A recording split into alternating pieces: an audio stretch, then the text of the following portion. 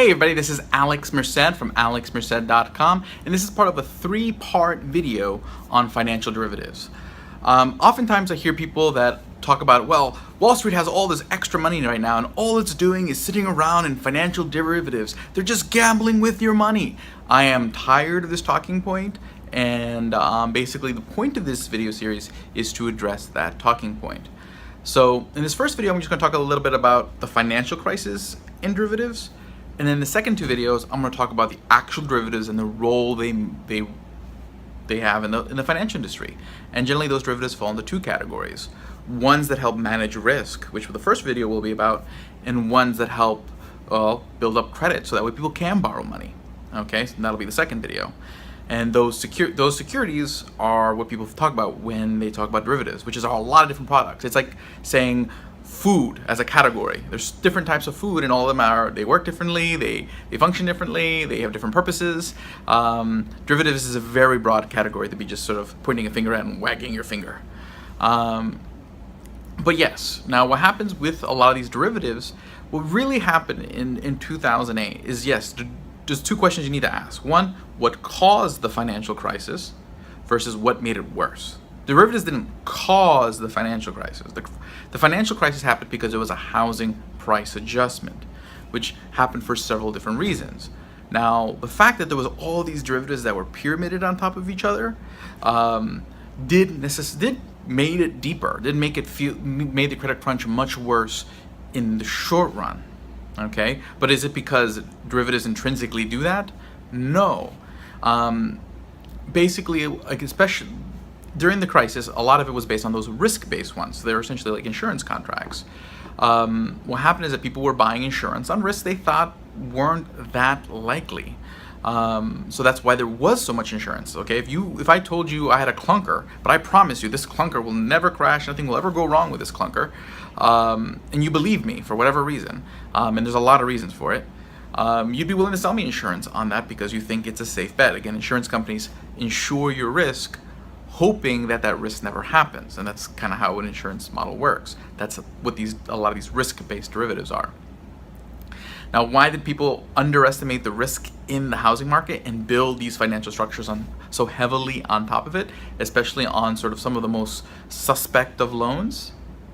People will say greed, but it's not like people weren't greedy before. It's not suddenly like people just suddenly develop, oh, greed. What happened is that if you take a look at statistical models that predict risk and predict housing prices are based on historical numbers. The problem with that is the numbers only tell you the numbers. They don't tell you necessarily why the numbers exist. So if you take a look at the last 100 years of housing policy, you have things like the advent of REITs in the 70s, the advent of government-sponsored enterprise in the 30s, different low interest rate environments, all sorts of different policies that were geared to make housing more popular. Okay, people always point to specifically the Community Reinvestment Act. That's just one of dozens of policies over the last 100 years that steered credit towards housing.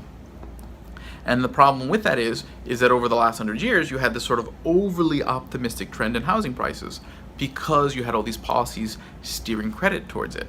So that trend isn't a natural market trend. It was an artificial trend crafted by dozens of different policy actions over the years. So what happens is that if I'm someone who's using statistics, and I'm not a historian, on top of that, all I'm going to see this. So I'm going to predict, well, housing prices, they generally don't go down, and if they do go down, it's only by a little bit, because that's what the data tells me. But again, I'm not sitting there studying every year's worth of economic policy in each of those years to understand why the data has that trend. I'm just assuming that that's a natural economic trend. That's the problem when the government interferes in the economy too much. You are shaping trends, and those trends will eventually inform other people's decisions down the road when they create their models. And they're not going to sit there and study exactly why every aspect of every trend happens. So then what happens is you have very bad predictions. And they're not necessarily very bad because they're irrational. They're irrational based on the data that were provided. The data is just faulty because it's created out of not a natural environment. So people underestimated the risk because we've created a bad data set over the last 100 years. But once people underpredict the risk, people are willing to take more risk because they expect that the risk is actually less. So then, yes, people take on a lot more risk, and in hindsight, it seems like, wow, I can't believe people took all this risk. But you have to understand the environment that it is in. Again, if you marginally think that your actions are less risky, you marginally take a lot more actions, and in hindsight will look a lot riskier. And that's essentially what happened. And that created this culture of risk taking that's still sort of being dealt with to this day in the financial industry. But again, it's something that didn't happen because of just because of the Commodities Market Modernization Act, or because of Graham Leach Bliley.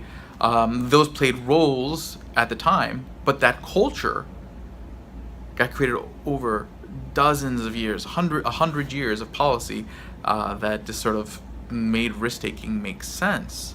Okay, again, it's people are really naturally, wanting to do the best they can for themselves. Of course, that didn't change. That wasn't something that happened, that just magically happened in 2005, 2006, and crashed in 2008.